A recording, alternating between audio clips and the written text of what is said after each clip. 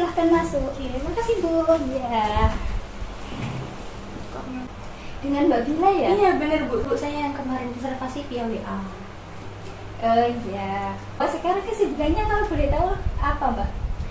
Saya sih ngurus anak sama pekerjaan ibu rumah tangga biasa sih.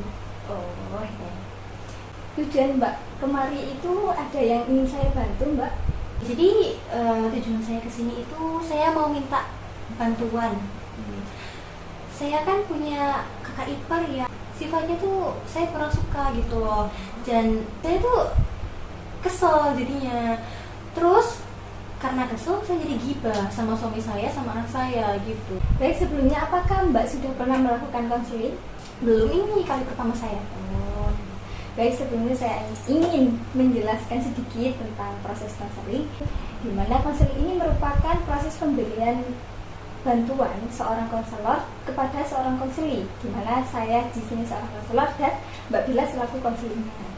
Untuk saya bantu menemukan jalan keluar dari masalah yang sedang dialami. Nah, saya seorang konselor di sini memegang landasan atau asas, di mana diantaranya ada asas kerahasiaan. Jadi Mbak Bila di sini tidak perlu khawatir tentang masalah yang diceritakan nantinya, karena saya seorang konselor mempunyai kewajiban untuk menjaga kerahasiaan dari masalah tadi, masalahnya Mbak. Oke, baik.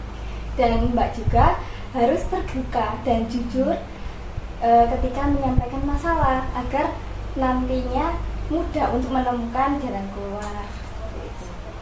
Oke Mbak, untuk proses konseling kali ini dengan durasi 15 menit apakah cukup? Cukup? Insya Allah. Baik, langsung saja ya Mbak. Oh iya, gimana kabarnya hari ini? Alhamdulillah hari ini saya sedang sehat. Alhamdulillah kalau baik kabarnya. Silakan Mbak sekarang bisa mencari posisi duduk yang paling nyaman untuk menceritakan masalah yang tengah dialami dari awal hingga akhir.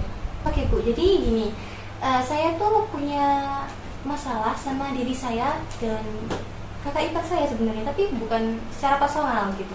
Jadi kakak ipar saya ini tuh orangnya banyak omong dan berlebih-lebihan dalam menyampaikan sesuatu gitu kan. Nah,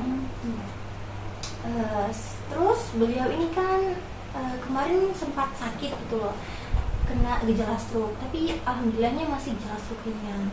Nah, jadi cara dia berbicara tuh sekarang agak gak jelas gitu kan ya.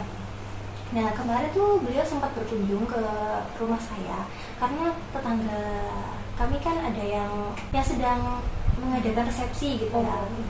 Nah, beliau bertamu ke rumah tetangga kami itu.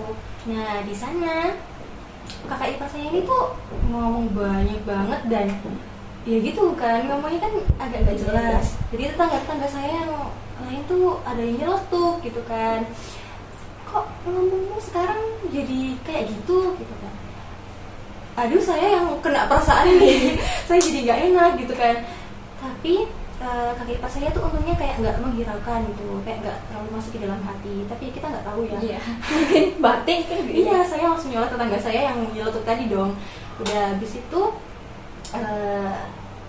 apa ya, kayak setiap menyampaikan sesuatu tuh langsung selalu berlebih-lebihan gitu, pasti gitu heboh sendiri gitu loh. Saya tuh nggak suka. Dan habis itu besoknya kita kan diajakin kakak ipar saya itu ke rumah saudaranya yang katanya dia tuh pergi umroh. Nah, saya tuh masih belum paham di situ pergi umrohnya itu mau berangkat atau pulang umroh. Saya pahamnya ya pulang umroh. Biasanya orang kalau kesana kan udah pulang gitu.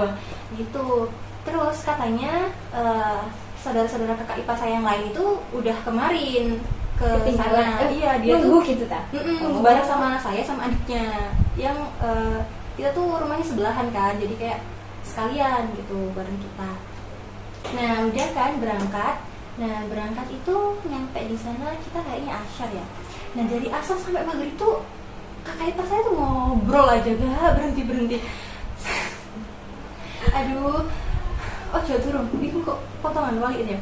Nah, sampai sana tuh saya kayak bingung gitu loh Bu, kok nggak ada bau-bau Mekahnya, kok kayak rumahnya Nggak, sepi-sepi kurma aja aja. ya, minimal ada kurma gitu kan, atau air zam-zam. Ini tuh apa ya, ya kayak biasa aja gitu kan. Lah ternyata mereka tuh belum berangkat umroh, mereka tuh baru mau berangkat umroh beberapa hari lagi gitu.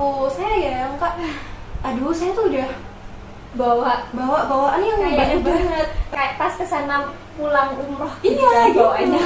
Soalnya kan niat saya kayak kemarin pas berangkat tuh saya nggak kesana, jadi sekalian saya double gitu Iya. bawaan saya. Aduh sekarang pusing, nanti kalau mereka pulang saya kan kesana lagi ya. Nah tadi kan kalau gitu dia harusnya bareng sama saudara-saudaranya yang iparan sama yang mau berangkat umroh ini. Kalau aku kan kewajibanku buat kesana kan pas dia pulang gitu kan. Ini uang tuh mepet, jadi saya tuh harus menghemat pengeluaran kan. Ini kok malah kayak gini gitu loh. Ya gitu, kakak ipar saya tuh kalau ngomong ya nggak jelas. Terus saya juga kurang memastikan lagi sih tadi tuh dia tuh Iya. saudaranya udah pulang apa baru mau berangkat. Itu sih kesalahan saya.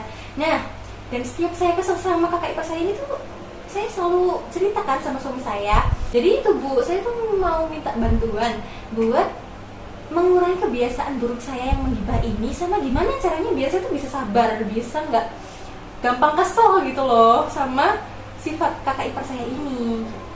Baik, jadi Mbak itu merasa kesel, merasa greget gitu ya sama sifat dari kakak ipar Iya. tadi. Terlebih ini adalah saudara sendiri, takutnya nanti ada salah paham gitu kan, takut. Ya kayak itu tadi masalah yang katanya udah pulang umroh, Gitu kayak kan. ribet. Iya kayak nggak jelas gitu kan, apa udah pulang atau baru mau berangkat. Oke, dari permasalahan yang sudah Mbak ceritakan tadi, saya bisa menyimpulkan bahwa Mbak itu merasa kesel dan merasa kesel sama saudara, sama kakak ipar tadi gitu ya. Nah, dan Mbak itu di sisi lain nggak pengen gibahin sifatnya gitu kan. Bener. Baik, dari permasalahan tadi saya ingin memberikan saran untuk bisa menyelesaikan masalah Mbak. Pertama, Mbak itu bisa, jadi Mbak di sini itu perlu memfilter apa yang sudah diomongkan saudaranya tadi. Kan katanya suka ngobrolinnya sesuatu tapi cara menyampaikannya itu kan berlebihan Iya. gitu kan.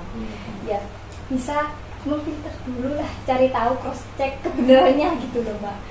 Jadi nggak langsung diterima, takutnya kan nggak benar gitu kan. Memastikan ulang. Ya, benar. Terus oh iya sebelumnya kalau waktu luang di rumah Mbak sukanya ngapain? Saya suka olahraga sih, berkebun juga suka. Oh, ya itu bisa dijadikan solusi juga untuk mengisi waktu-waktu luang agar tidak menggibah. Mbak kan suka berkebun, bisa lah untuk mengisi waktu luang berkebun daripada nanti ngobrolin sama orang-orang yang menimbulkan dosa gitu kan. Lebih baik mencari hal positif yang bisa mengisi waktu luang tadi, seperti senam lah atau apalah yang kesukaan Lebih bermanfaat. ya. Terus terapi yang bisa saya berikan kepada Mbak untuk mengatasi masalah ini bisa salah satunya dengan terapi Sayyidul Istighfar. Apa Mbak sudah pernah dengar sebelumnya? Seperti apa itu Bu?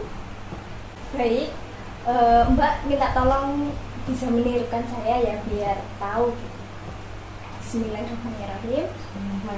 Allahumma anta rabbi, Allahumma anta rabbi, la ilaha illa anta, la ilaha illa anta, khalaqtani wa ana abduka, khalaqtani wa ana abduka, wa ana ala ahdika wa ana ala ahdika, wa wa'dika mastata'tu, wa wa'dika mastata'tu, a'udzubika min syarri ma sana'tu, a'udzubika min syarri ma sana'tu, abu'u laka bi nikmatika alayya, abu'u laka bi nikmatika alayya, wa abu'u bi dhanbi faghfirli, wa abu'u bi dhanbi faghfirli, fa innahu la yaghfiru dzunuba illa anta.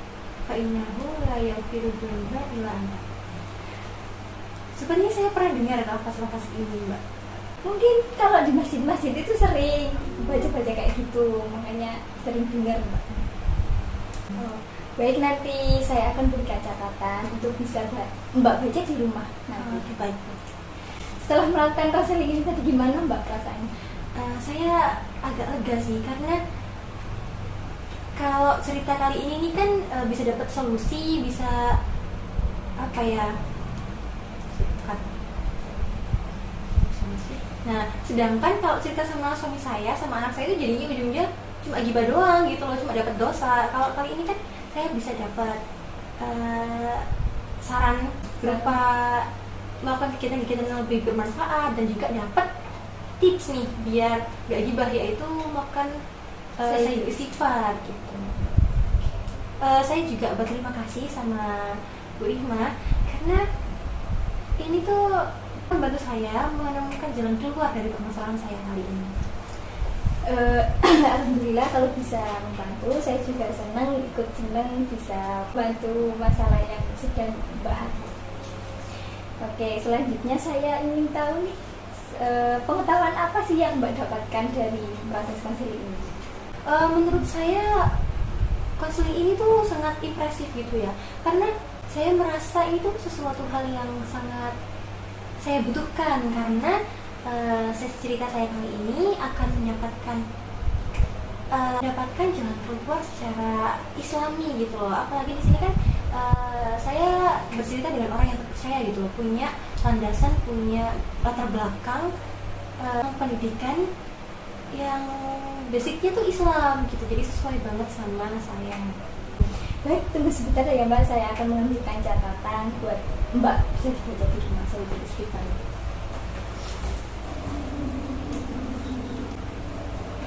Mungkin ini Mbak bisa bawa pulang, nanti bisa dibaca-baca lagi biar hafal. Terima kasih ya Mbak. Ya, terus. Oh iya, karena durasi kita sudah berakhir ya, sedih sekali.